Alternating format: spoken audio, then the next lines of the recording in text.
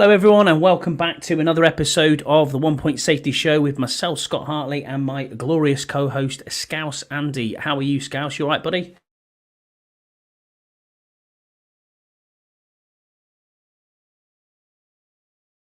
Again, just an absolute ball, but yeah, besides that, all good. How are you? It is what it is. Yeah, I'm good, mate. All good. Work's obviously ramping up with stuff going on. Hence why I've got no facial hair anymore, which is very strange. My wife thinks she's married a 10-year-old, but yeah, very interesting. It's been a busy week. So how come you shaved it off? Did they tell you to shave it off because it was a hell of a? No, I have to because we have to be face fit tested to get in, and obviously to have a FFP3 mask. You have to be clean shaven, so that's why I've got to be clean shaven. That's so funny at me. That all went today. Imagine Jesse being asked that. He'd be all fuming. He'd be like, "What the hell is this about?" I'm not fucking shaving my beard for no one. ZZ Top there, yeah, exactly. Yeah, there you go. But we'll get into our sponsors of the show. So Dunstable Town FC's Talk of the Town podcast. We are their sponsor for the season. If you like non-league football, go over and watch their podcast. It's called Talk of the Town podcast, and it is on all platforms and YouTube. So go across and watch them. Oddballs is our main sponsor of the podcast, graciously sponsored by them. If you go across to myoddballs.com, you can search our merch on there and buy some pants or some hats or some socks. It's Christmas season, so go out and do that. Or and then Santa or a Santa beard, exactly that. Yeah. And we're also sponsored by Fusion Therapeutics. You can find out more on them on fusiontherapeutics.co.uk. They provide expert musculoskeletal assessments and treatment with a focus on holistic care, dedicated to improve your well-being through tailored musculoskeletal health plans. The team offers specialist injection therapy and non-medical independent prescribing. So if you're in the Northwest, Manchester or Cheshire area, call the team on 0161 842 0030 or book online, and the team will be happy to advise you further on this affordable healthcare and treatment solution. Well then, Scouse, mate, we'll get into the news, buddy. Obviously, big news out of Washington at the trade deadline. We signed cornerback Marshon Lattimore. Now, I listened to you on the Bunker Pod, talking with Jesse and John, talking about who potentially and what positions we could get at the trade deadline. We talked about it last week as well. Where would we look for? And corner was the resounding answer. And we've got ourselves a lockdown corner. What are your thoughts, obviously, on Marshon Lattimore and the trade, mate? I loved it. I loved it. I mean, there's no point in trading for somebody unless it moves the needle, as I call it. If it moves the needle, then it's worthwhile. I think it's worthwhile doing. And this guy does move the needle quite a lot, really. St. Ghost, for how much people say, I saw there's a question with Scott. Yeah. Scott G mentions later on. I didn't even see the stats until he told me about it. Now, some of the stats look good, but again, I want to see his penalties. But anyway, forget that. But basically, what I want to see is Latimore in the team. And I mean, now, even with half a hamstring, he's still better than St. Ghost. Do you know what I mean? So for me, it's kind of like, get him in the team. I know he's probably, realistically, I know he's not going to be ready probably this week or maybe even the week after. But lockdown corner, been a long time since we've had one, man. I mean, well, I'm going back to Darryl Green's years, probably. A genuine lockdown corner. I mean, Champ Bailey, but again, he wasn't here that long. So it's kind of like, it's been slim pickings for us at corner for a long time, and this is very nice to see, man. And it's nice that Peters has got the balls to go out and do it. I know he's not caving into the fan pressure, but what I mean is, it's kind of, you can see there's something here that we've got a chance. We're way ahead of schedule, but it's, why not add to it now? I'm used basically with the pick side of things. Basically we lost our fourth, we gained a fifth and gained Latimore. If you think about the other two picks were from other players being traded early on in the season. Yeah, exactly. So we had 9 picks going into the trade deadline, and I'm looking at the compensation here now, and literally looking at it, I was like, oh, hang on, this is a bit costly. But when you break it down, it isn't at all. I mean, so he was traded. So we got Latimore and a fifth from 2025 in exchange. Yeah, in basically, exchange for a third and a fourth and a sixth. And the sixth was originally the pick that we gained from trading John Ridgway away. So we've and traded the third was away. Dotson, and the third was Yeah, Dotson, we've traded so- away Jahan Dotson, and we've traded away John Ridgway, and we've basically given them two away for Marshon Lattimore, whichever way you want to squeeze the orange. I'd take it.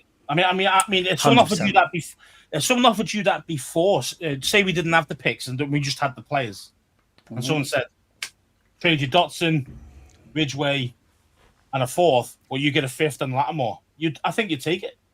Yeah, I think absolutely. you'd take hands off. So I'm very happy with the trade and the compensation. I mean, let's say it's okay. Yes, technically you've lost 2 picks, but again, you've gained a proven quality corner. And they're not even our picks. They were previous picks of other guys that we've got rid of that we didn't want anymore. So for me, this is absolute, genius by Peters again. Yeah, he's showing out as he's got to be in the running for executive of the year without a shadow of a doubt. I mean, looking at what he's done in the draft, and now look at what he's doing here. Do you think though it's the position that we're in, being 7-2, which we'll get into a bit later on, and we'll review the Giants game. But being 7-2, coming into that trade deadline, they know that now's the time to strike while the iron's hot, if you like, and just say, yeah, we've got to do something right now. That's the other thing that Deluxe has just brought up there, saying, we traded our later third rounder at 2, so we kept our own, which is Miami's, which came from Philadelphia. So basically with that there, just to get that straight a little bit more, is we had 2/3. Yeah, obviously our own one, and then we also had Miami's pick. Correct. Okay. And that was from Dotson, wasn't it? It was via Philly, because Philly traded for that previous draft. Okay, so now we've got.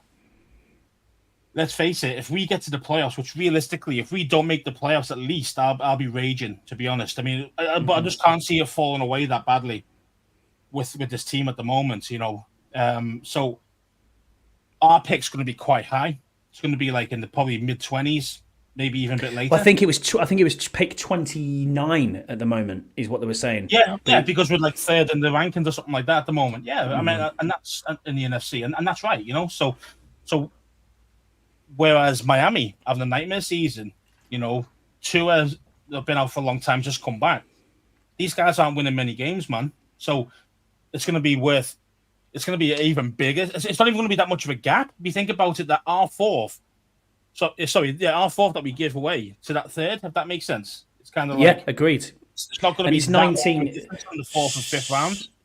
In the third to third picks, if you look at it that way, at the moment it's a 19 spot difference, which is massive in the grand scheme of things. When you're picking 19 spots ahead of where we should have been picking, if that makes sense. And then getting on to the point of the fourth to the fifth rounder, like obviously we give our fourth up, we gain their fifth. Well, let's face it, Saints are doing nothing. They're going to be just quite high up. Just fired the head coach as well. Yeah. So they're probably going to be about maybe 10 spots in between those two as well. I mean, I think this is like you're virtually where you're at, and you got yourself a lockdown corner. I mean, honestly, it's insane how genius Peters is to make that work. It's crazy, isn't it? I mean, Marshon Lattimore went to bed at 2-7 and woke up at 7-2. It's just, what I mean? It's crazy when you think of it that way. I mean, looking at it as well from a cap space point of view, I mean, people have talked about his contract over the next 2 years. Listen, this is top level cornerback money, but that is what you're going to get when you're getting a top corner in. It's $18 million. In 2025, it's 18.5 million in 2026. 2 million of that is a roster bonus each year, but this year, for the rest of the year, it's $605,000 scouts, which is just next to nothing. Do you know what I mean? That's just how the Saints have played it for a long time. Of course it is. Yeah, always in cap hell, aren't they? Because they're in cap hell all the time. So thank you, Saints, for giving us a really great deal, to be honest. I mean, even if he only plays half of what we got left in games, if he is injured or and he doesn't play for the first 2-3 weeks. No, I've heard various various media, local DC media, saying that they think that the hamstring issue that he's had is a Devontae Adams style hamstring issue, and that it's not something that I've tweaked a hamstring, but actually I really want out.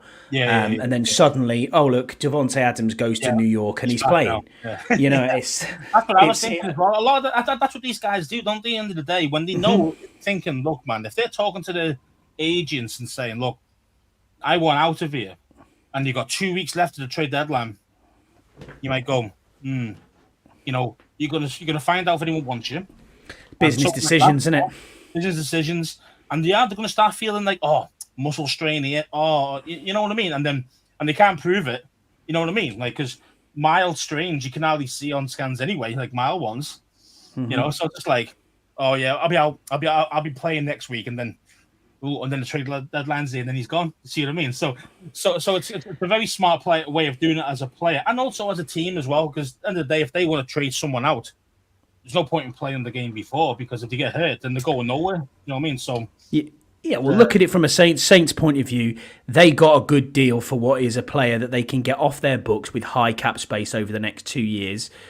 In their run, I mean, if you think about that, 18 mil, 18.5 over the next 2 years is a lot of money that you're saving against the cap.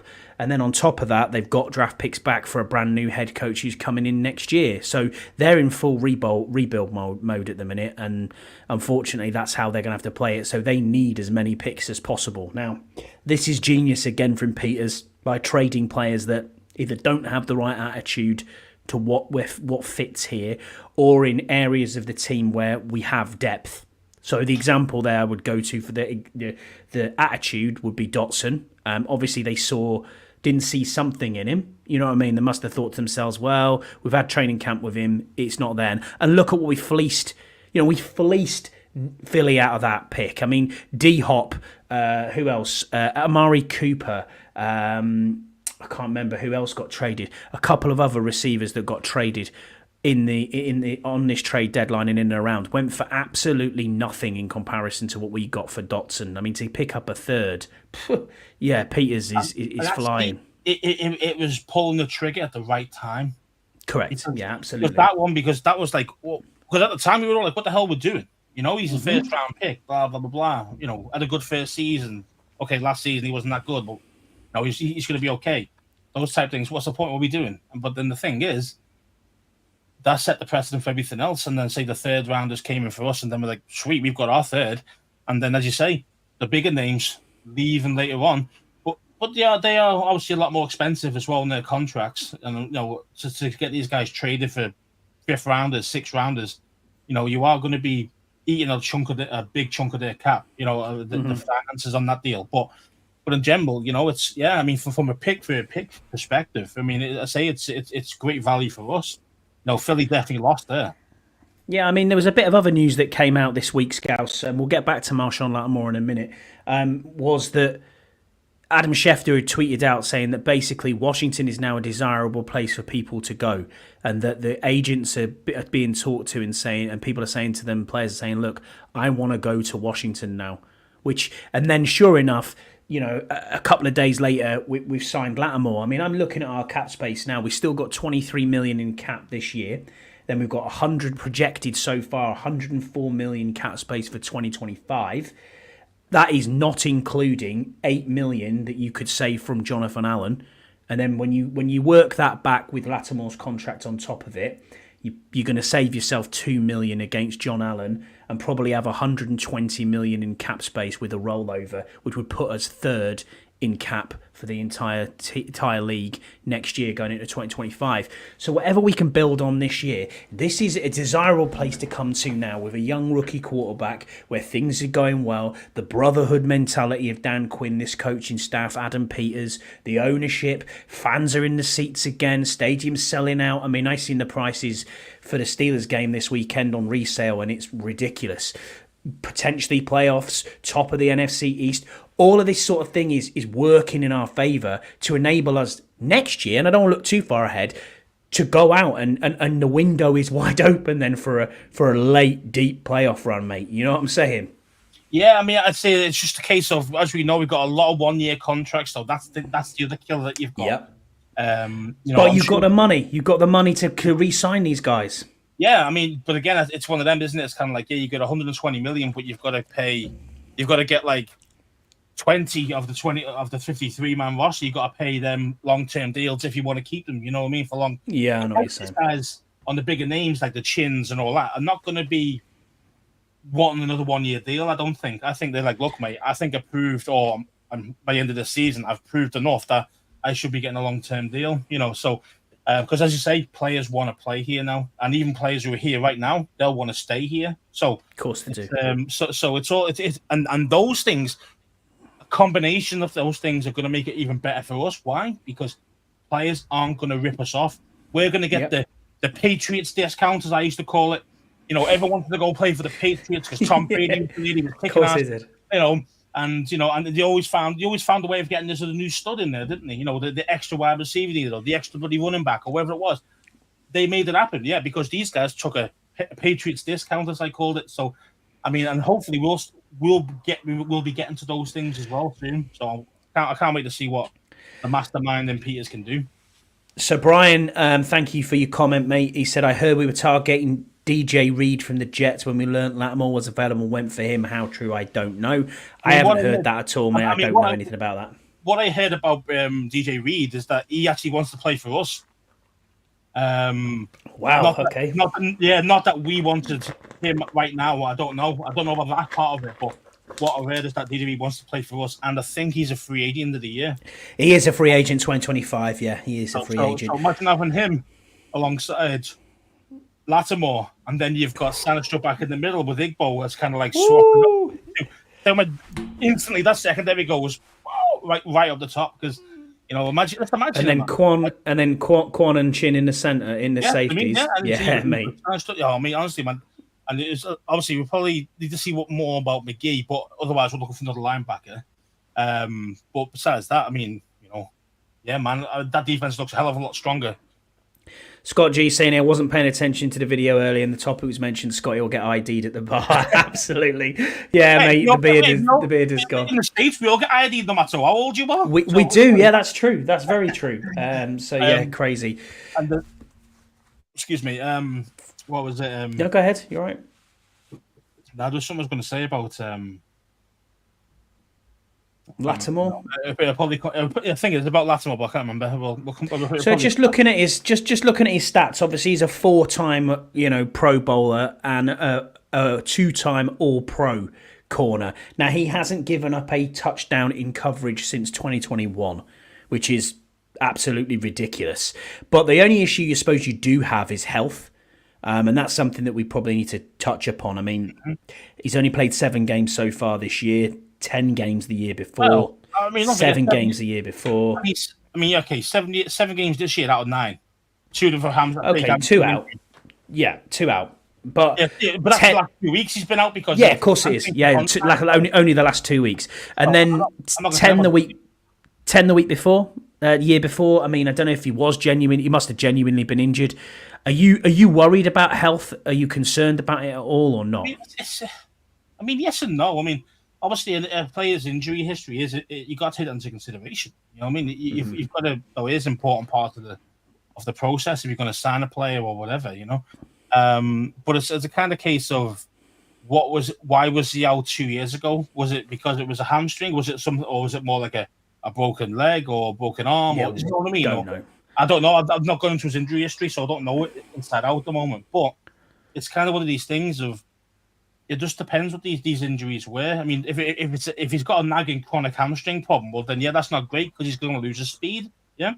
And obviously as a corner, you need to keep your speed. But what we've seen from him this year, he's been fine. His speed's been fine, so I'm not worried. Oh yeah, you mentioned lacerated kidney. Okay, so lacerated kidney again, yeah. Fair enough. And that's the one, but again, that's fully healed. Do you know what I mean? So, yeah. I think Andrew Luck had that one time as well. Lacerated. Yeah, he did. He was out for a season, part of a season. But yeah, I mean, it's so that's an impact injury, isn't it? Normally, lacerated kidney. So yeah, I mean, that's just unlucky. Anyone can get one of those. You know what I mean? Like it's, and that's just the risk of the game. But so I'm not concerned about his health really. I mean, Of course, that year you only played 10 games, sure, but again, something like that you can't plan for. Do you know what I mean? It just happens, Exactly. you know. So I mean, Jesse was on fire with it. He was loving it. He couldn't, speak highly about it. And you're the same. I can't wait to get him. I can't wait to see him in our team, man. Agreed. Yeah, I agree with you. Deluxe here is saying that basically he think positions will be based on matchups. Benjamin St. Juice, Noah, and Mikey can all play both inside and outside, and Latimore adds versatility to the defense. Yeah, I agree with you.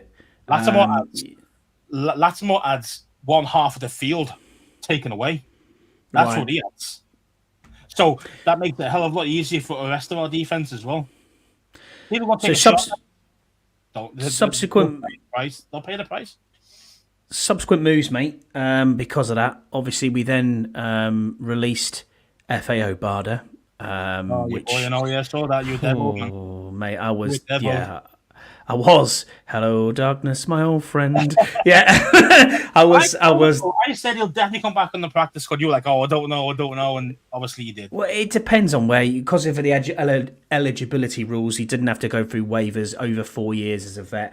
And yeah, sure enough, today or yesterday, he signed for the practice squad. So welcome back, FAO Barda, to the practice squad. There's no way you let him go fully, as in no, not at all. No. And we can get into this because a bit later on, because there's a few questions on players who are kind of on the bubble or in and around, and people are asking, what about this guy and what about that guy? I don't think we need to get into that serious about practice squad and other bits and pieces. It's just depth, guys, but it is what it is, man. Yeah, we also released wide receiver Michael Strachan from the practice squad, so to make way for that. So because he really moves the needle, that guy. You know what I mean? Yeah, Chris Rodriguez gave up his number 23, which was very good of him, and his comments on that. I saved it up there. He said he's a vet. He's a vet. I'm not about to sit here and tell him he needs to be giving me freaking thousands of dollars for a number. I've only been here 2 years. At the end of the day, I'm the same guy. Yeah. So I was like, well, that's pretty sweet. Rodriguez is not on a big contract. You know what I mean? No, exactly. He's on these like 7th round, but he undrafted free agent guy, isn't he? Or was he? I think we did draft him. Yeah, we drafted Chris Rodriguez. He was late on. I think it was a 5th rounder, as far as I'm aware. But he was drafted under Ron. So your days are numbered, mate. You're a Ron Eugenio Rivera pick. Your days are numbered. He's still doing well if he's still here, maybe. Yeah, absolutely. Absolutely. But yeah, man. I like that. Deluxe said, I thought about you guys when the news broke. He was always coming back. Yeah, man. Here's me rocking around in my 97 jersey. I was like, I've got a bed in it. But no, I actually messaged him, to be fair, and he messaged me back and said, mate, I'm signing for the practice squad. So I was like, all right, cool. You know what I mean? So I kind of knew before the team put it out there. But hey, now fair play to FA. I'm glad he's still around. Do you know what I mean? Because it would have been a massive shame, because he's been on the show and he represents the UK, the US and Nigeria and the IPP pathway, so we want to see guys like that from other countries doing their thing in the NFL. We'll get back into it in Scouse, mate. So we'll go back to he was a 6th rounder. He was a 6th, was he? There you go. Thank you, mate. Rounder, so it'd be like, so yeah, his contracts are quite small, aren't they? 6th rounders, 7th rounders. Yeah, they're not big. So he could have asked for money. He could have, and he probably could have got it as well. You know, but it's good. It's a good thing. It's a good thing. And when you listen to the press conferences that have been on, I mean, Peter's had a press conference which was very interesting. That was it. That was the thing you reminded me. Was it? He mentioned a slight little bit on the about Latimore injuries. Contract. Yeah. No. He mentioned about when we get to it or something like that. He said, which means like I think we're going to renegotiate his deal. You're going to restructure him, yeah, maybe. I think it'll be restructured at the end of the season. I think when it comes to that big 18 million cap it or whatever it is, I think you're going to see a long-term deal for him. Then I can see it. Yeah, maybe.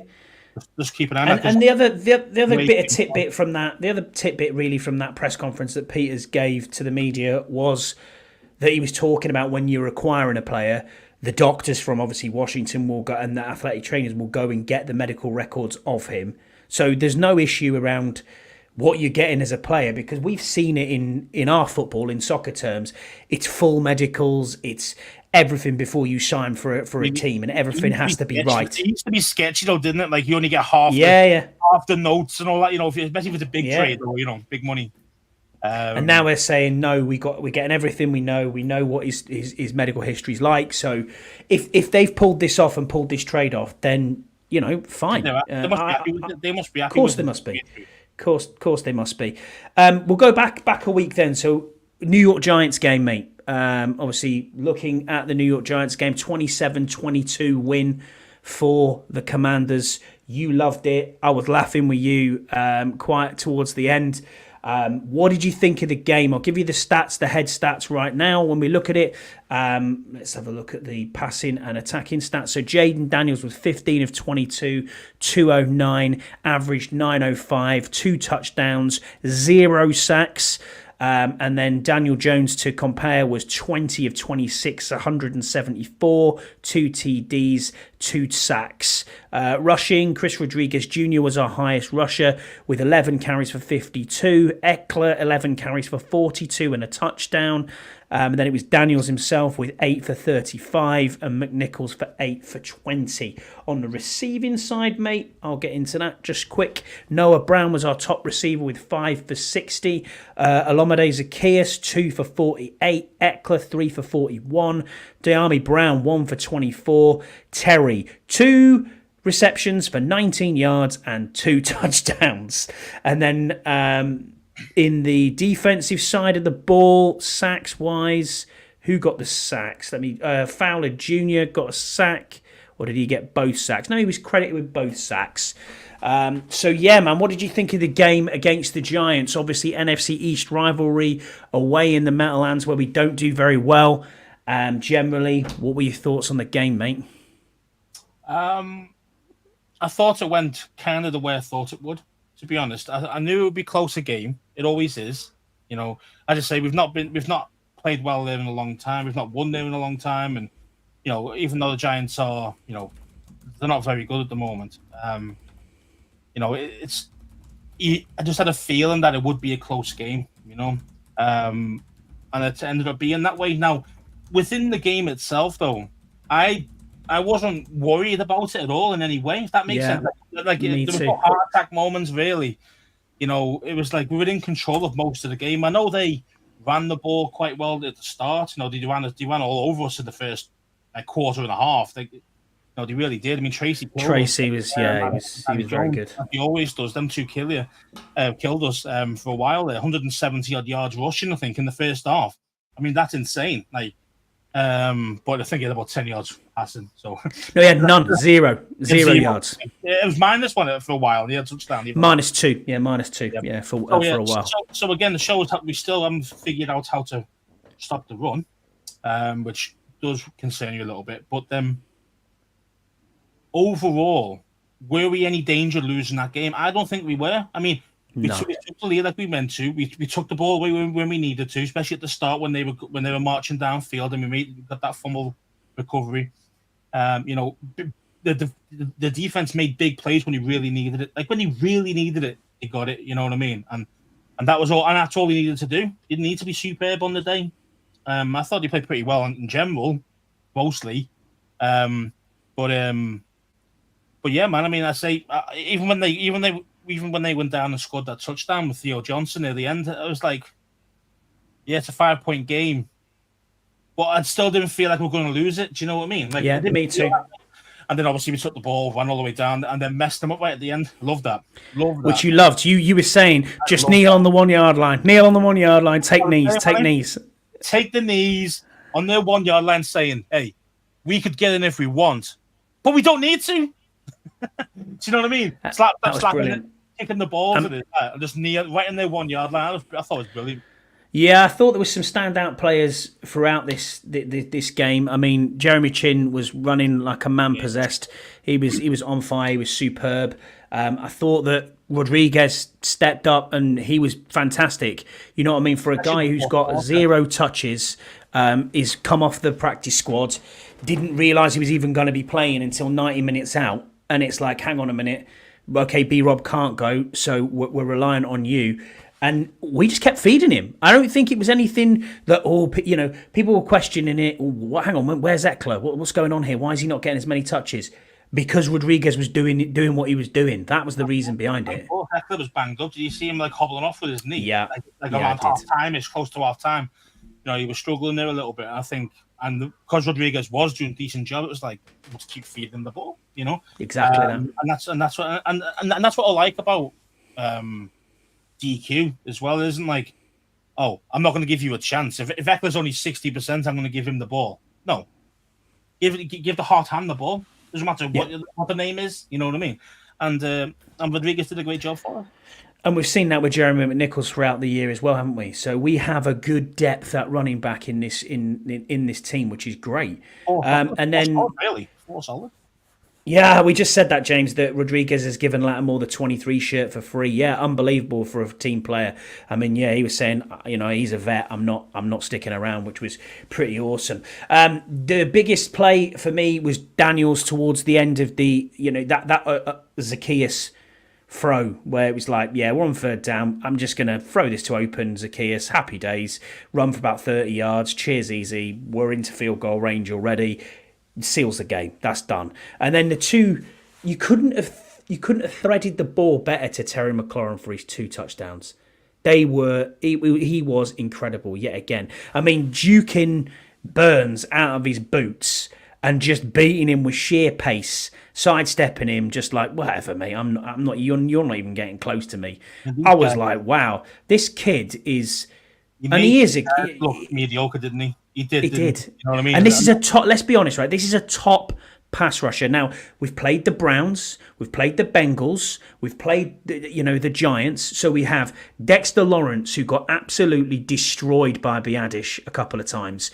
And didn't get at all. No sacks, zero, nothing. Any sacks, as you mentioned earlier in the stats. 5 pressures total in 25 plays. I think it was. Yeah. 25 dropbacks. I mean, that's what I mean. Like, it's, the offensive line's looking legit. It is. It's looking mate, legit. Come on. Give him your flowers, dude, because it's time. It's time, Scouts. It isn't just Wiley, but they're all playing well. They're all playing well. They are. Coleman's first game on his own without splitting snaps, he was fantastic. And the guards playing inside, I mean, popping bloody Coleman's finger back in. Cheers, Algrady. Thanks for that. And that's another thing as well. I mean, Coleman there just snapped the finger mentality. Just pull it back in for me, and he carried on playing. You know what I mean? Like tough mofo. You know what I mean? Tough mofo. Nice, exactly man. That. It's really nice. When Coleman doesn't give up anything. You know what I mean? Like, this is how it's crazy that he has been so. I don't know how he dropped to the 3rd round. When you look at his footwork, I mean, the first thing you saw of him, even in practice, was like, wow, this guy's got quick feet, man, for a big man. And that's like a Trent Williams type thing, you know what I mean? Like, I'm not trying to compare him per se, but when you're looking at, a quality tackle, especially left tackle, you've got to have damn quick feet, man, and an instant push. And he had both, and I thought, whoa, this guy's got some talent, man, and he's showing it. I mean, this guy's going to be top draw. Barring any injuries, he's going to be top draw. Wiley is officially, on all statistical metrics, the best left tackle in the NFL. Right tackle in the NFL at the moment. Is he? Yes. Come on, Scouse. I'm not saying go and buy a jersey, but you gave him his flowers. You said he was man of the match for you. I'm not going to buy a jersey because no. But he has to say, he's he is winning me over. He's playing well in multiple games now. It isn't just the 2 or 3 games. Now it's like, now I'm seeing it. It's 7, it's 8, it's 9 games. Okay. Yeah, maybe it was just a pure scheme and coaching problems for the last couple of years. That's why he was shit. Nowadays, now we've got some real coaches. We actually got a real solid offensive line, first team there. Now he's starting to look legit. Okay. You know what I mean? So, yeah, man. I mean, it's so nice, man. It's so nice to fucking see, to be honest, like a defense. To have an offensive line that's amazing. I mean, look at this. It's crazy, Scouts. The things we went into the offseason saying, we need an offensive line to play well. We need Jaden Daniels to have a good season. Don't get hit. And you know what I mean? Don't get hit. And you said straight up, if Peters can find our franchise quarterback and our left tackle, this is a home run here. It doesn't matter about the rest of the draft. And legitimately, knock on wood, it looks like that is the case at the moment. You know, I mean, Lucas can come back to fitness, great, and he can still split reps if he wants to. Wrong. I mean, this like even when you try and nitpick something, it's like, well, you really can't. Like, there's nothing. No. There's nothing there that you can say Peters has done badly at. You know what I mean? No, not at the moment. Well. You know, most of the guys have actually turned up and actually been a part of the team. So all the rounds of this year's draft. He's weeded out some guys that we thought we thought were going to keep, i.e. Dotson, you know, Widroy, those type guys. So no, they need to go, and you know what we're looking for, and I've got great things. I've got to give a shout out to Noah Brown as well, man. He has come in and he's doing exceptional for us. It is wide receiver by committee. It doesn't matter who it is that's playing receiver at any stage. When big plays are needed, players are stepping up. Now that's testament to this coaching staff, and it's testament to what's going on in the locker room, what's going on in the brotherhood, as we talked about before. It's next man up mentality. And Dan Quinn said it today in his presser. I listened to it earlier, and he was saying that basically, we're preaching to people. Listen, just because you're on a practice squad, it doesn't mean that you've got to be ready. You've got to be ready now to play. And if we call on you're coming up and you're going to be ready to play now. And it is happening like that. People are not letting the side down, which is great. Benjamin St. Juice, I mean, we've got to get into it. I thought he had actually a really good game until the pass interference call. But for me, he's still 2 or 3 yards off what you want from a corner. You know, he always seems to be the guy that gets targeted whenever they need a play. And unfortunately, mate, you know as well as I do that's where it's going to go. But he, as you said, and I'll give you your flowers here, you said, you know, he's a cornerback 3 playing at cornerback 1. And now, hopefully, with Latimore in, we've addressed that. I've seen film today on X of Latimore coaching Benjamin St. Juice. You know, about his hip movement and about how he's moving. And I thought, oh, okay, this is interesting. And I mean, there are some questions in that we've got from people on X, and we'll get into that probably a little bit later. But overall, mate, 7-2, unbelievable, mate. Yeah, and we lost the teams that really were playoff teams last year. So it's not even like, oh, we've lost to some really bad teams. You know, we've beaten teams we should beat. Yeah. No, as a fan, we're thinking we play the Giants, we should beat them. We actually are doing those things. Not like we should beat them and then lose. You know what I mean? Like, we are winning. We're playing to win. We're not playing to lose, not lose, if that makes sense. Yeah, you know? Exactly. I mean, look at that. James Lowe said here, like, now we have a cornerback 1 as well. QB, left tackle, cornerback 1, all sorted in 10 months. Paul's absolutely right as well with what he was saying, adding tight end there with Zach Ertz. Zach Ertz is definitely an upgrade on Logan Thomas. I don't care what you say. He is 100% an upgrade on him. Ben Sinnott's been playing well as well. John Bates blocking his arse off for everybody. We can see that even the tight end room is very, very good. So, yeah. I can't wait to see Sinnott really take off. You know, I'm expecting that for next season, to be honest. But Jesse, I think you did say that too. I think you did say that too. That if they found I want to give him some half flowers. Yeah, absolutely. Yeah, absolutely. But yeah, man, I mean, it is, man. It's so nice to be able to just sit here and go, well, we're playing well. Our GM knows what he's doing. Our coaches are doing the business. You can see the improvement nearly every week. You know, from player to player or different parts of the team. You know, players who weren't doing it well early on and now doing well. You know, stuff like that. You can see the progression. Players, not just like, oh, the wide receiver room. It's actually individual players, as you mentioned before. So you can see the coaching's really doing well. So, yeah, man. Well, we'll get into it, mate. We will review or preview the Pittsburgh Steelers. So we have the Pittsburgh Steelers at home. It is on Sky Sports for those who are watching from the UK. It is a blackout game, so you will not get this on the DAZN app. It's a 1 p.m. kickoff, 6 p.m. for us over here in the UK. Looking at their standout team leaders and players at the moment. The one with the highest QB is Justin Fields at the minute, 1,106 yards. Rushing yards, Najee Harris, 592. George Pickens has 548 yards. Tackles is Deshaun Elliott, their safety, with 58.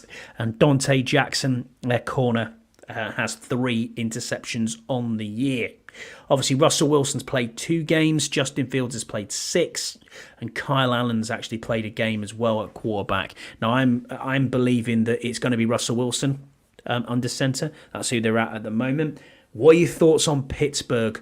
Obviously, at the minute, they are in first place in their division, and the AFC North.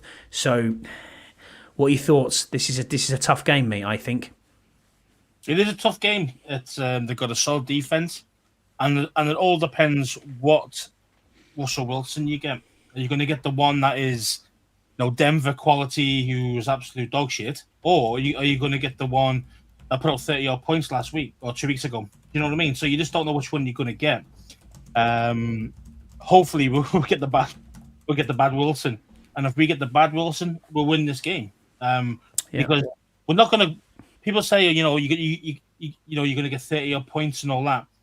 No, I don't think we're going to get. I don't think we're going to score that many points. I mean, their defense is crazy. I mean, we got TJ Watt out there as well. I mean, this guy. You think Garrett's good? No, now you're taking on the Watt. You know what I mean? And those guys are no joke. So. Well, to that point, we've got a question from Commander Viscount, who is at John Bowden Grace on Twitter. He said, "How do you think our tackling will match up against TJ Watt?" Our tackles or tackling?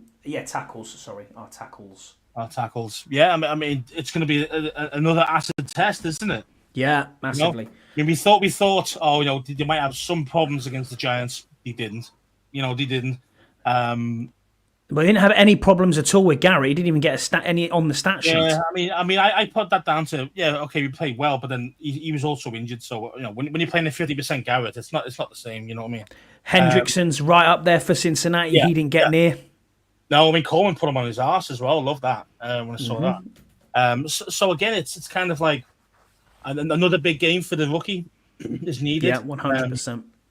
I mean, he's going to go. I know TJ tends to play more on their left, so it'd be more against Wiley. Yeah. So we'll see who the best right tackle is. They go up against one of the best left edges in the game. So we'll see how it goes there. He's a surefire Hall of Famer. 100%. TJ Watt is amazing as a player and as a pass rusher.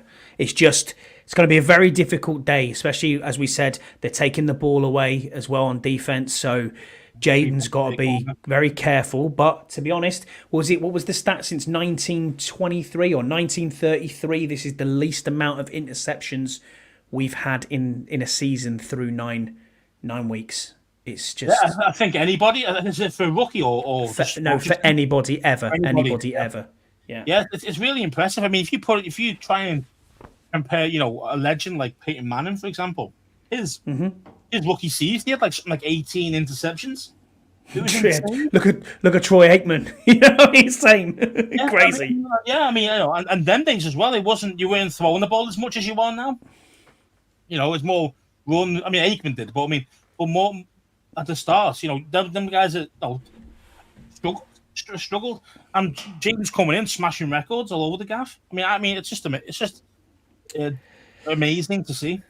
Speaking of another record that we just didn't mention before, Jaden Daniels is also Pepsi Rookie of the Week. I mean, it's just getting ridiculous. They just call the Jaden Award, should they really? It's just Jaden Award. Now. Yeah, people are just giving up now.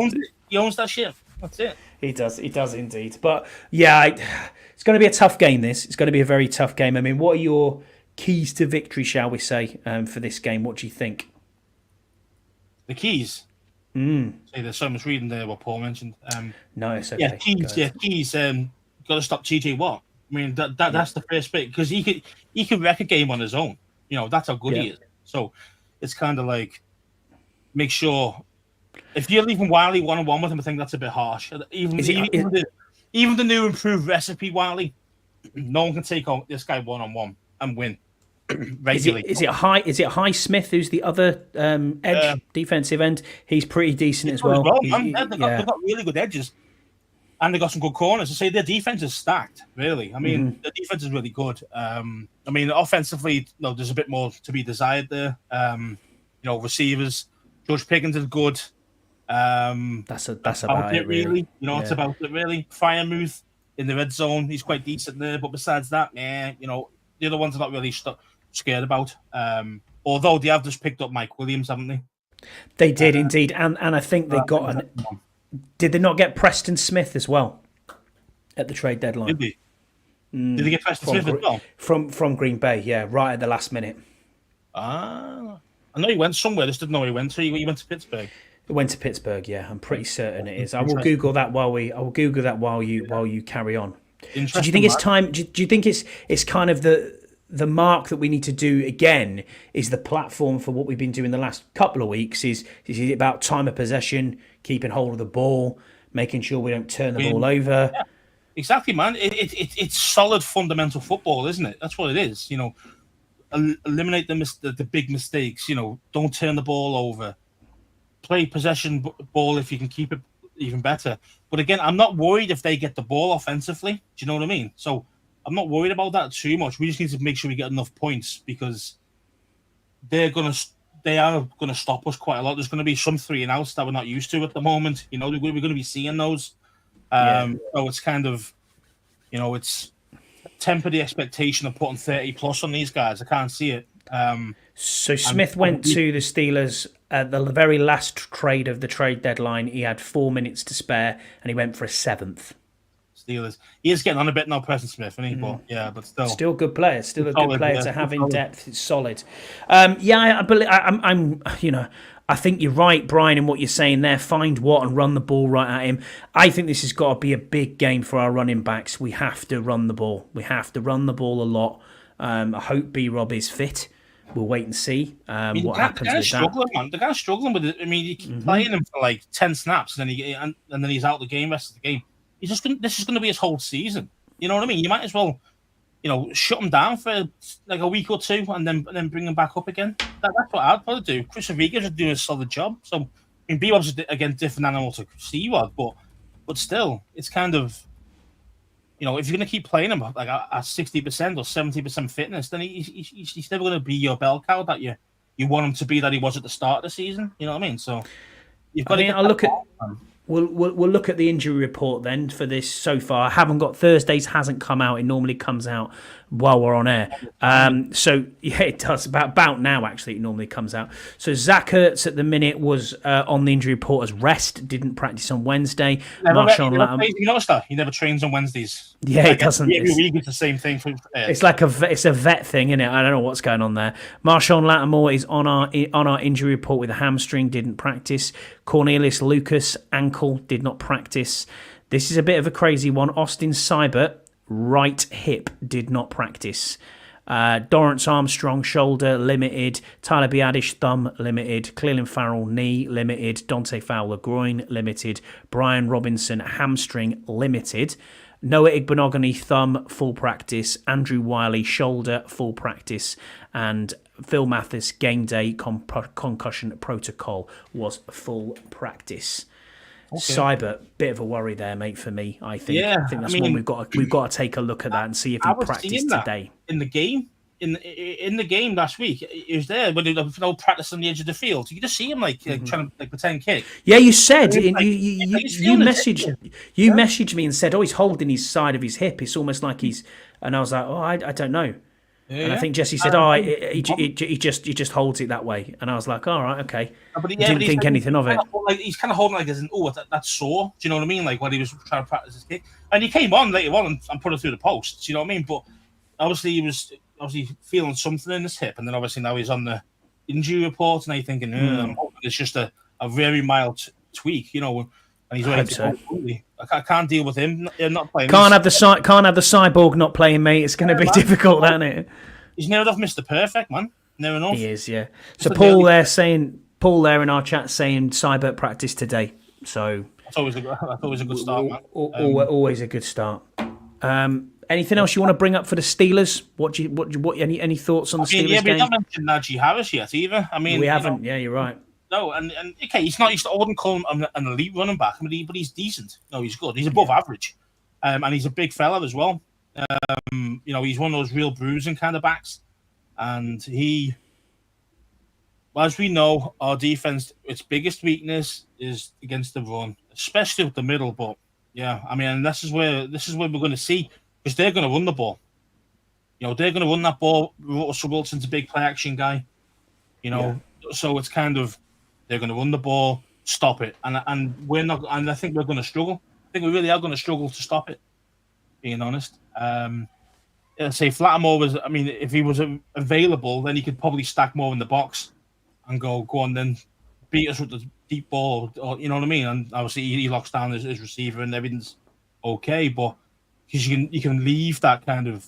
You can leave the secondary a little bit on its own a little bit. You know what I mean? You can stack that the box a lot better. Yeah, eight man in the box. Yeah. But obviously at the moment we still can't do that. We tried it. We tried it against Baltimore. It still didn't happen. He still ran over us. At the show. I mean, okay, he's a different animal, Henry. But still, it's still that thing of, no matter what we did, we couldn't do anything about it. And it's a similar type thing for these games as well. It's just that we're more potent on offense against teams who play us. They have to run the ball that way to get at us, because we've been sold against the pass mostly. But then, as I say, it's always a difficult balance of how you stop it without ruining it. Without them just basically taking the ball and keeping it all day. Because we need points. So we do. Difficult. It's going to be tough. These next 2 weeks are going to determine one way or another our season, in my opinion. This is like, are we? And this is the title of the show. Are we contenders? Yes or no? This is what it's about, man.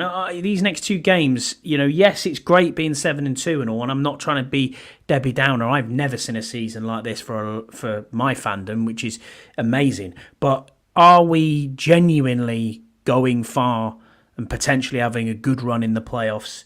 I think these next 2 weeks will tell us a lot, man. I think these next 2 weeks will tell us what we need to hear. It's one of them where you're going to be like... This is the hardest, like, mini stretch, you want to call it. Like, of course it is, yeah, absolutely. And, it's a difficult one. The good news is we're at home. Yeah. We've won every game at home so far this season. I hope that continues. The fans are going to be there for it, and even though the Steelers fans do travel well, so it's going to be it should be a great atmosphere as well. So I'm just, I say this game and the Philly game is just going to be, they're the games, man. They are the games, especially a week as well against Philly. That's not good at all, It's going to be tough, that. But yeah, man, it's this is you want to be going towards the latter end of the playoffs and all the rest of it. These are the teams you got to beat. Correct. Absolutely correct. Well, we'll get into some fan questions then, mate, that we've been submitted. And thank you to everybody who submitted a fan question. Listen, we are trying to beg for likes, I'll be honest with you. Please go out there and subscribe to the show if you're watching. If you're not, then what are you doing? Come across and listen. We'll share it afterwards all over the socials.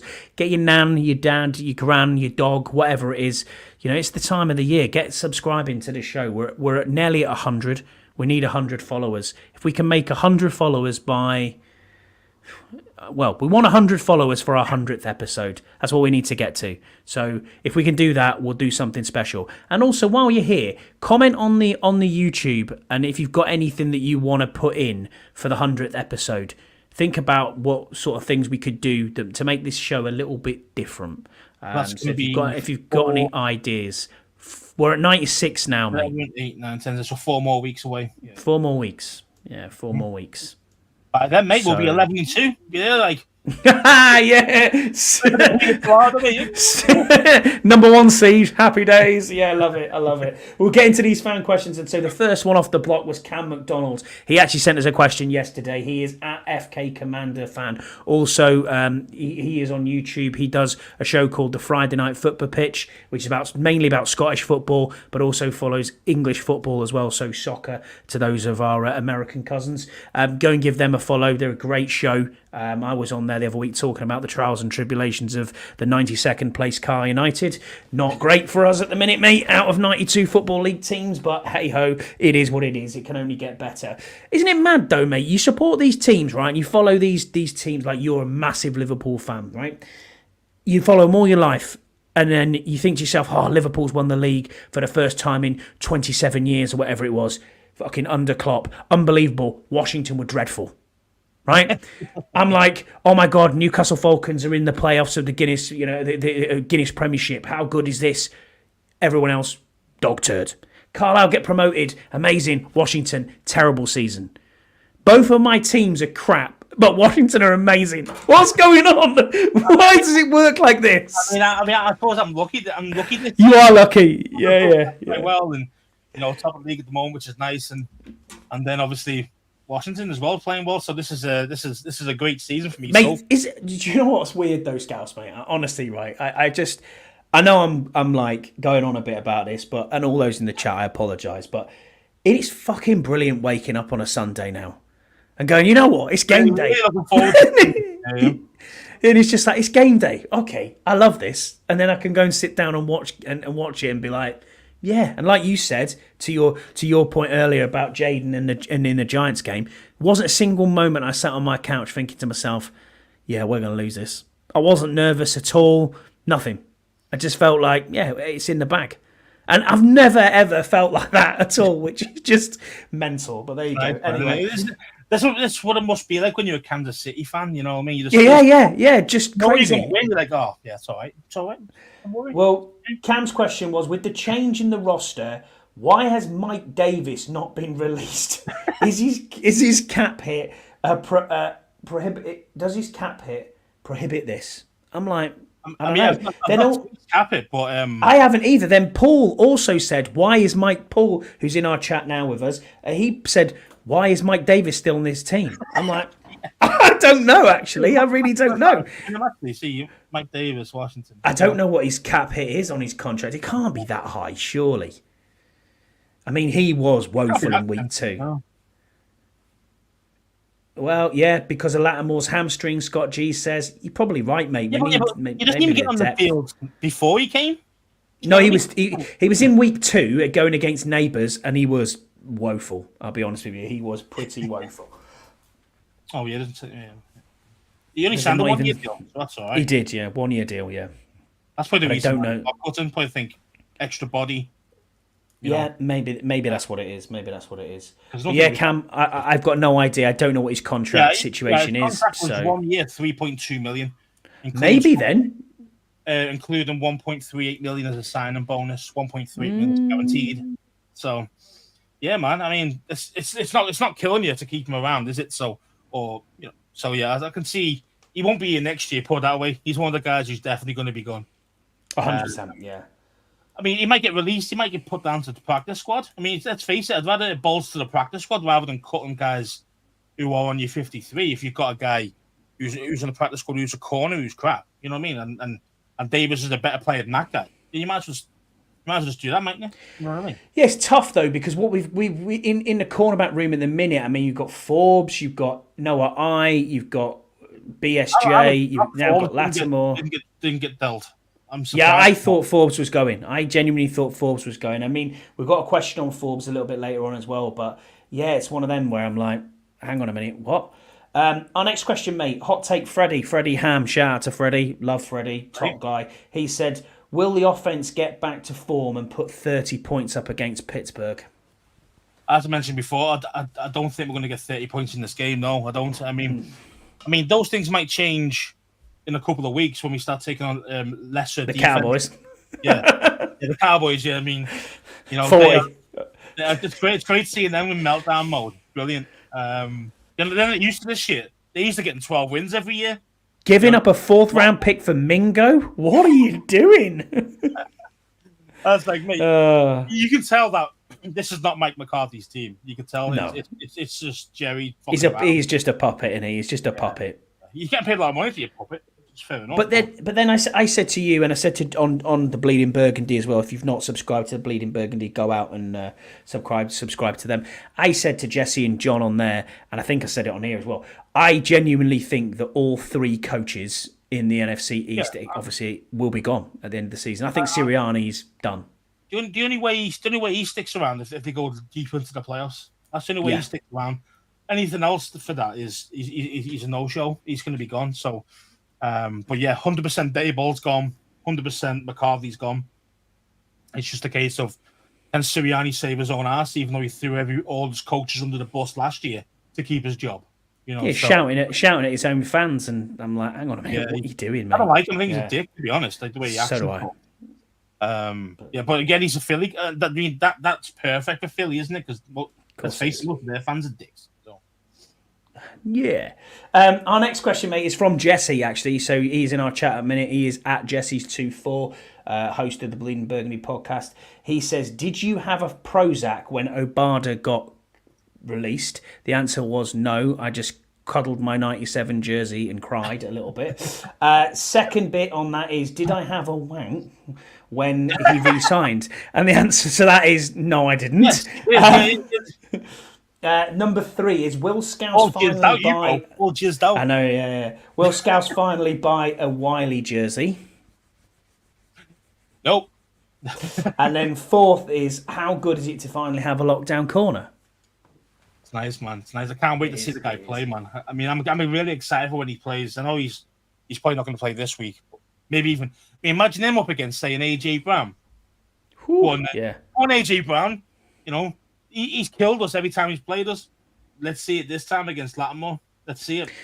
Yeah, so follow up to that on Scott G's question was, he said, will Scouse have a meltdown when Latimore gives up a first down and he isn't perfect? A first down? Oh, come on, mate. I don't care about... Well, I do care about first downs, but I care about keeping the bloody guy at the end zone. You know what I mean? And he said, did you also feel attacked by Deuce sharing stats? Yeah, of I didn't know what he was showing... about with that. Yeah. And then I had to ask him about it, and he mentioned that it was that Deuce put up some numbers. Stats for Benjamin St. Juice, yeah. Yeah, it was against some good receivers, and the stats against him weren't too bad. For about 4 or 5 players there, I think he had like Mike Evans and Murray Cooper, stuff like that. Those type of receivers that he's been up against, and the stats didn't look that bad because Deuce put it out as, would you have a corner with these kind of stats playing up against these type of receivers? And then they were like, well, yeah, it doesn't seem too bad, that. And then he said it was St. Juice as actual as stats. Now, the thing is with St. Juice there, again, I want to see how many penalties you give away in those games. I want to see the other games that Deuce didn't pick. You know what I mean? You only pick like 4 or 5 games. You know what I mean? I want to see all the games. I want to see his other games that he played. And I also want to see how many stats, as in how many penalties, how many pass interferences, how many holding calls, because there's going to be shitloads of them. There really will be. He is a walking penalty. That's what he is. He's a walking yellow flag. As I say, for most of half the time, he's so frustrating, St. Juice, because he's got some good measurables. He's tall. He's got the size. He's got the length. He's got it. He's aggressive. He is handsy, but he's aggressive. He tries to get in your face, buff you up. And you think that's great. And for 80, 90, even 90% of a game, he can be really good. You wouldn't hear his name. That's what you want. You don't want to hear your cornerbacks' names at all in the game, really, unless it's an interception. You don't want to hear him at all. So it's kind of like he's doing fine. Then all of a sudden he's there. You mentioned earlier in the games before you went, when you're looking for that crucial first down, that's where they're going. They're going to him because he's going to give you a flag. He's going to get you a flag. So 4th and 1s, you'll see it every time. Rather than expecting the run, they'll actually throw it out towards him. This is what team's doing against us. Because he is literally a holding penalty. He's guaranteed. You throw a deep ball over the top against anyone with any average speed, it's a PI every time. So Deluxe says here he thinks BSJ has 4 penalties this season. At least 2 of them are bogus. Yeah, 2 of them were absolutely bullshit. 2 of them were absolutely bullshit. Maybe. Yeah. I mean, to be fair, the one last week was bollocks. be fair, that one, that pass interference, that was harsh. But most of the time, mate, this guy is absolute giving it away, man. I agree with Paul. He said BSJ should just focus and stop doing all the dancing after plays. Yeah, I don't want to see no lockdown Exactly. symbols. I think this is the problem. Is like you mentioned before about Jesse saying that he's he's a CB3 playing CB1, but St. Juice acts like he's a CB1. Do you know what I mean? Like he acts like all the big time, and even in his interview, did you hear his interview about when he spoke about Latimore? They were saying like, oh, now Latimore's here. What's he about and stuff like that? And he goes, oh yeah, we know that he can follow all the wide receiver ones like I do, like you do. You get smoked, bro. That's what you do. So just fucking you can be on the bench. You can be. It won't happen, but you should be on the bench when Latimore's fit. But he won't. I know what'll happen. They'll play him. They'll play Sanderstrom outside still. And then you rotate St. Ghost and Noah I in the middle. Yeah. Right. So Paul, who's in our chat at the moment, he is Paul. I hope I'm pronouncing your name correct. It's Fiander Turner. He's at having a Radox on X. He said, seeing as the Ravens have dropped a new look for their game tonight, what should we do for the Cowboys game with our uniforms? Now I know, and I'm not certain, but I know there are stringent rules around uniform changes and around things you can do to uniforms throughout the season. I think it's a 5-year window before you can change uniforms. I'm not 100% certain on that. I don't really want to see any changes to the uniforms at the minute. I'm quite happy with the gold pants that they've got now, and I am calling them pants, Karen, if you're watching. She hates that because it's trousers over these shores. She hates the notion that everyone now calls trousers pants. But anyway, the gold pants that they're wearing, I like them with the burgundy jerseys. I think we use the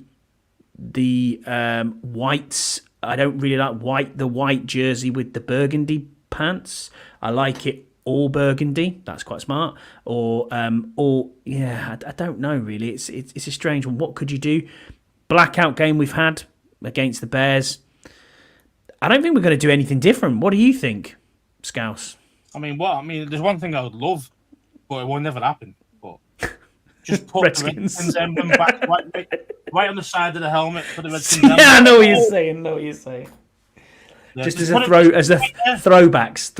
Yeah, the throwbacks, exactly. Yeah. Even just the spear, even the spear or something like that. Yeah, maybe that's where we go. That'd be awesome. The fans would be so buzzing with that one. I think. Maybe we use Maybe we use them the W with the feather, like them t-shirts that were out. Yeah, yeah. Maybe. Yeah. So Scott G's got a question for us. He is at 20GDog on X. He says, while being the division winners and having a home playoff game would be the preferred outcome, if the team is a wild card playoff team, where would you UK guys want to travel to? I mean, where do I want to travel to? Where would you like to see? Yeah, where would you like to kind of like? In all honesty, I'd like to go to loads of away games, but Minnesota would be awesome. But it'd be freezing cold. But it'd be freezing cold. So you're going to be talking like you're going to be either take on the Minnesotas, the Detroit, the kind of. I think Tampa Bay would be there again. So Tampa in January would be nice. Otherwise, too bad. I would like. To be fair, I'd like to do a West Coast game. I'd like to go with LA, something like that. To the Rams. Yeah, something like that. If they were, they're probably not going to make it, but that'd be something. Well, Jesse thinks they're going to win the division, but Rams. Yeah. Rams. That wouldn't mind that one. I wouldn't mind going to San Francisco just so that I've been to San Francisco because I've never been. But I'm looking at the standings now in the NFC, and if we look at the playoff picture, the Lions are out there as the 1 seed. Then it's then you've got. Hang on, let me go to the NFL playoff pictures. That's just the teams. I think where would you like to go? I'd like to go to lots of different stadiums all over the NFL, but it's it's a difficult one. I think we'll end up, if we do end up wildcard, we will end up going to like Minnesota or somewhere like that. Would I go? Probably not. Would I get a ticket? Probably not. It's going to be bad enough to try and get a ticket for the bloody Commanders, at £500 or whatever it is. But I mean, looking at it now, Lions are obviously number one. Then it's Commanders. Then it's Falcons, and the Cardinals are fourth. Vikings are fifth seed. Eagles are sixth seed. Packers are seventh seed. Lambeau? Again, I mean, as the legendary stadium, you would want to go to Lambeau. You'd love to go to Lambeau, wouldn't you? Lambeau for that. Obviously, outdoors it'll be bloody minus 20. So it's kind of like Minnesota. You're right. Will be a wild card. Atlanta or the NFC West. I'm not really looking at like teams as such. I'm looking at kind of either legendary stadiums or actually really meant to be really nice cities. There's obviously broaden horizons that way and go there and do that. So that's why I go somewhere like I say probably West Coast, Chicago. I know it's full of guns, but would you go to Chicago, Windy City? It's historic. It's not in playoff time. I mean, Soldier Field, yeah. Well, it's not Soldier Field. Mm-hmm. It is still Soldier Field, yeah. He moved though, didn't he? He moved, didn't he? No. They've just announced a new stadium. Oh, okay. So it's. But again, it'd be minus 20 there. Forget that. Yeah, freezing. That'd be Lambeau in like this, mate. Oh, no. Lambeau in January, freezing. Minnesota, freezing. Lambeau great if you had them in the nice time. If you had obviously playoff times though, it's going to be nasty to play there. Yeah, you're right, Scott G. He's saying as it stands right now, it'd be Philly, Atlanta, and Arizona. Woo. The desert. Phoenix meant to be a good place. Good city. I'm not sure. I mean, to be fair, obviously Philly. Cool to get an in-division game in the playoffs. That'd be cool. But obviously, I wouldn't want to go to Philly. Not for me. Not for me either. Richard Cameron, who is at Mr. Rich Cameron, he said, "Hi lads, we've now traded for Latimore. What do you think this means for Forbes? Do you think Latimore could actually help him learn? Or do you think that he's a bust and it's time to move on and find someone new in the draft?" I mean, I think he's got to take it by ear at the moment. Yes, I mean, as he produced anything for us, not a lot. Let's face it. Yes, he's got a lockdown corner that he can probably look up to, and hopefully Latimore will want to mentor these guys, because he might not want to mentor St. Just in him. You might just think, you know what? Yeah, I'll give you some tips, but I'm not your bloody coach. You know what I mean? Yeah. So it might be one of them. So it's kind of like, yeah, I think it's only going to be good for him because he doesn't have to be involved either as much. Well, I know he's not involved half the time anyway, but in general, he doesn't have to be on the field. He could literally just take all the learning points that's going on. Hopefully, make himself a better player, even though we might not see it. But yeah, I mean, realistically, he's got to really improve his game if he wants to get back in his team, because I just don't see him starting, barring injuries or anything like that. I can't see him starting a game this season. And well, he was a healthy scratch last week, wasn't he? He's probably going to get traded or cut at the end of the season if you can't get in the team by the end of the season. If that makes sense. Yeah, healthy scratch as well last week, Scouse. So yeah, I'm saying it's not good form at the moment. And Mike Davis as well. Like you haven't seen both those dudes, Mike Davis or Forbes. It's not good. That's how weak our kind of cornerbacks are, really. So it's kind of. It'd be interesting to see. To answer the question, interesting to see. I think if he doesn't get back in the team as a starter, or at least potentially getting loads more snaps towards the end of the season, that means to me that he's done, because that means he's not improved enough to get in the team. So it means that he's gone. So agreed. Mm-hmm. Our last two questions are from Tim Towner. He is at TTowner0629 on X. He said, 1 Point Safety Show podcast puts their show into a raffle with other podcasts for a chance to interview one member of the team for an hour, including Harris, AP, DQ, Cliff Kingsbury, Witt, or any player. Who would you choose, and why would you? Who would you choose, and what would be your first thing you would ask them? And a follow-up question would also be allowed. Oh. What question That is a man. tough one. That is a tough I mean, one. who would you? I mean, who would you would love to, interview?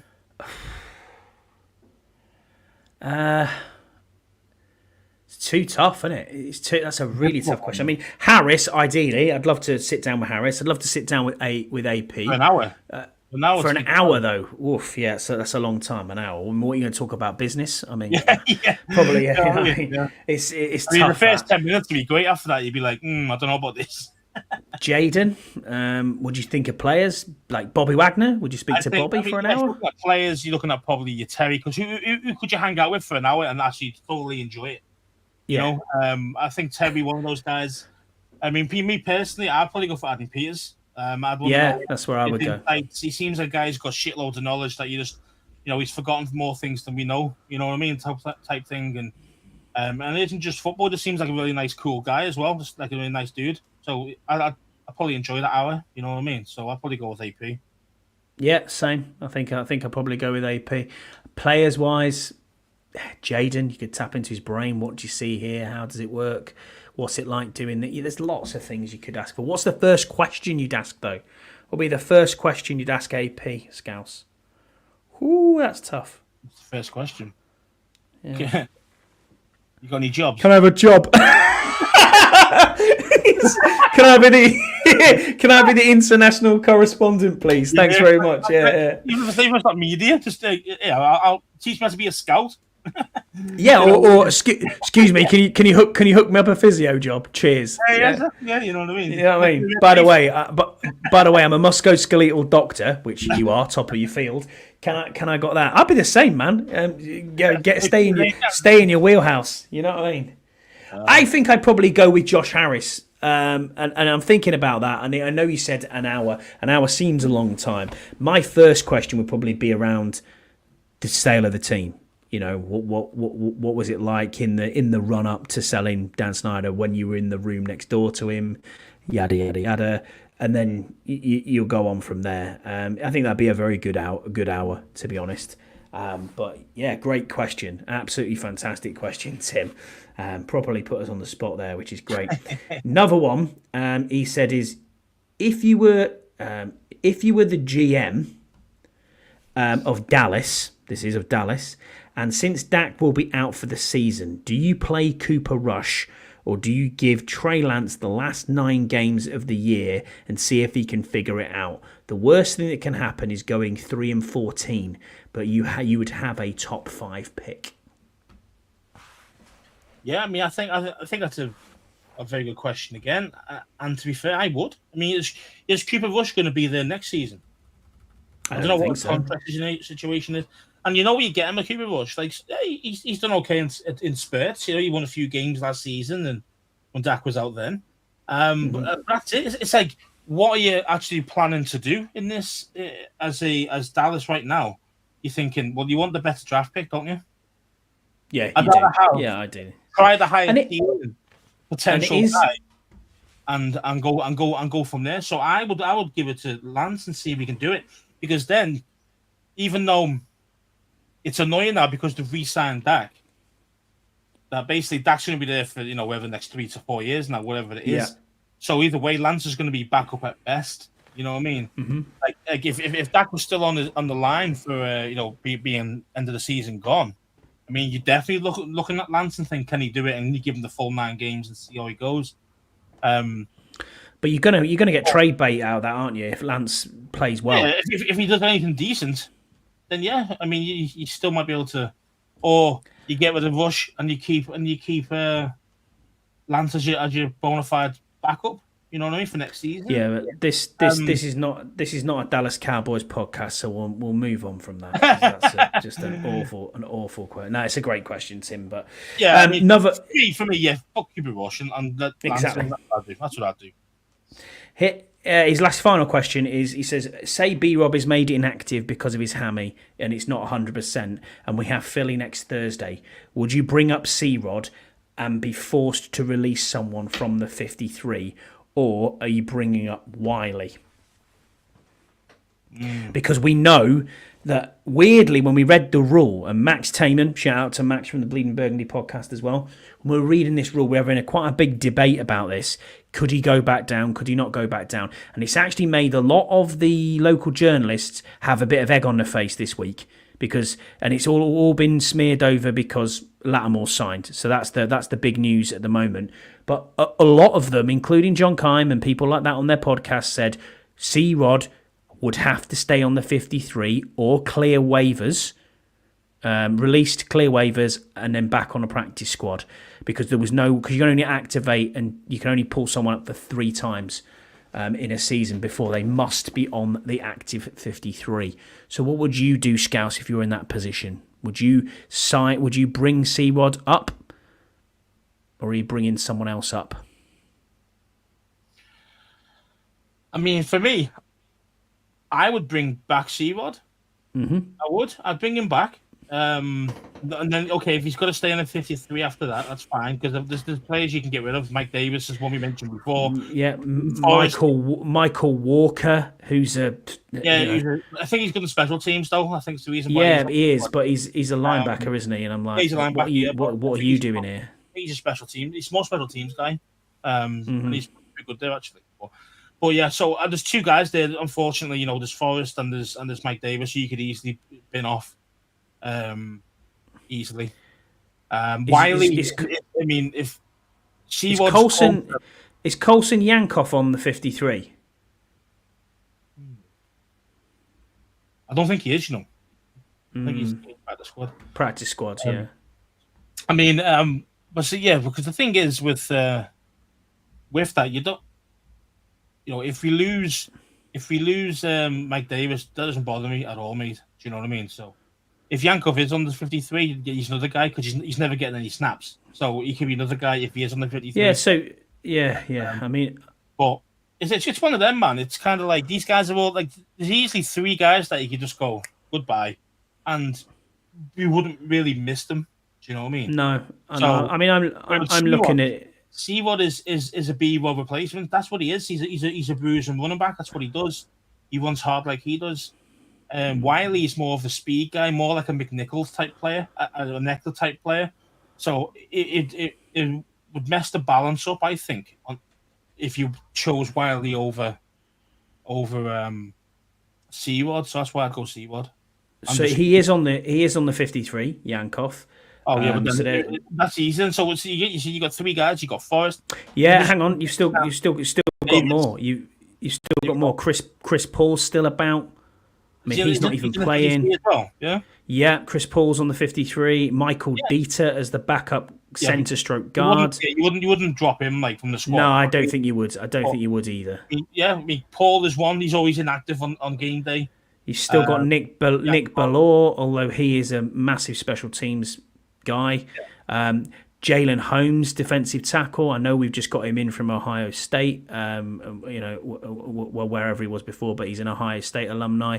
So I think he's one of the 4 that we've got that were from the 2014 recruiting class. It's Terry, Marshon Lattimore, him, and I can't remember who the other guy is. Oh, it's Noah Brown. That's who it is. So, Michael Walker probably is going to be the one there, the linebacker from who came out of Fresno State. I just can't see them losing special teamers. I mean, Mike Davis, he's probably on the special teams, but I don't really see much of him. So he's probably the main guy. He probably drop. You know what I mean? So I'm not. It wouldn't bother me. It wouldn't bother me if I had to drop one of those guys. I mean, Jesse mentions big special teamer, but you talking about Yankoff there, or you talking about? Yeah, he is. Yeah. Might be talking about Ballore, who I mentioned just before. You don't want to make your special teams weaker by bringing. No, you don't. So you obviously pick the guy who's obviously the least effective on special teams and doesn't really start or get real snaps in game. So I say Mike Davis is probably the main one that you could easily get rid of. So, I agree. Is the injury report out again? Is it? Now. Yeah, injury report's out. Latimore still did not participate. Lucas the same. Sieber did not participate on Wednesday, but then he was limited today, so trending up, always a good sign. Lawrence Armstrong was limited again with a shoulder. Biadish was limited yesterday, but now full. Cleveland Ferrell was limited yesterday, did not participate today. Ooh. So trending downwards, Cleveland. Dante Fowler was limited again with his groin. B-Rob with his hammy was still limited. Igbenogany was full, and Yankov with a hamstring limited. He wasn't on the report yesterday. It wasn't on the report yesterday. No, he's a new one. That's a new injury, so you might not see him much this week. Obviously, just a little bit of hamstring soreness, you know what I mean, rather than like a pull. But yeah, so that's interesting. That's the new one. So, but yeah, so the good news is that we knew Latimore wasn't really going to play. We knew that. Of course. EBIT is going up, so trending up, so that's important. Yeah, definitely. All right, then, mate. Well, before we go and we get out of here, do you want to do a prediction for the game at the weekend? Yeah, I can do. Go on then. What are you saying? What do you think? I think we lose. Ooh. I think we lose tight. I think it'll be like 23-21, something like that. It'll be really tight. 23-21 loss. I'm going to go for a 27-24 win. Yeah. Do you know what the spread is? I think we are. Well, I don't know actually. I think before we got on, I think we were 1.5 point favourites. I think. I mean, it might even be in favour of the Steelers. I don't know. I'll have a look and see what FanDuel tells me. We are cheap according to Bet365, which is one of the ones that we use over here. Minus 2.5. So we 2.5 point. We're 2.5 point favourites. Yeah. Mm-hmm. Yeah, I mean, it used to be a thing where you'd be like, all right, okay, I'm looking at I'm looking at a 3 point home dog, or a home advantage when you're looking at the spread. But now apparently it's just a 1 point is what they're going for. So really? Yeah. Jesse's saying 27-22 Steelers. It just depends. I mean, the biggest thing is how Russ plays. True. If Russ plays the quality Russ, then we'll lose. If he plays like the Denver one, but we should be able to dick it, So he's saying now, Jesse, according to FanDuel, we're a 3.5 point favourite. So it's better than Bet365, eh? So it's no 2.5. 2.5. You're saying, yeah. 3.5 favourite. Yeah. That's what he's saying. 3.5. You just said 3.5. Yeah. Yes. Yeah. We're 2.5 over here. Oh, okay. That's what I'm saying. So we're better. We get a better odds. We'll get an extra point there. Definitely. Commanders 1-0. Anything else? Anything left? I don't know what he means by that. Yeah. 1-0 Commanders. Come on, Commanders. There you go. Yeah, exactly. Anything left from you, mate, or are you good? Yeah, I'm good, mate. Yeah, I'm good. I'd say it's one of these games. These next two, I think, are probably the hardest left on the schedule. I know Atlanta pretty good. Well, we'll see them later on in the season, but I'm not worried about Atlanta, even though they've got good players. I don't know why. I'm just not worried about them. But this one I am. This one I'm worried as well. But I think we'll just sneak it out. I hope so. But we'll see. All right, then, mate. Well, thanks everyone for joining us. Thanks everybody in the chat. Thank you for being with us. Thanks all those who put in a question to us as well. I hope you enjoyed today's show. Please don't forget to like, subscribe and comment. Please put a comment on the YouTube about if there's anything you want us to do for our 100th episode. And don't forget to tell your grandma or your granddad to subscribe, because we need to try and reach 100 for our 100th episode. Thank you everyone for being with us, and we will see you again at the same time next week. Bye.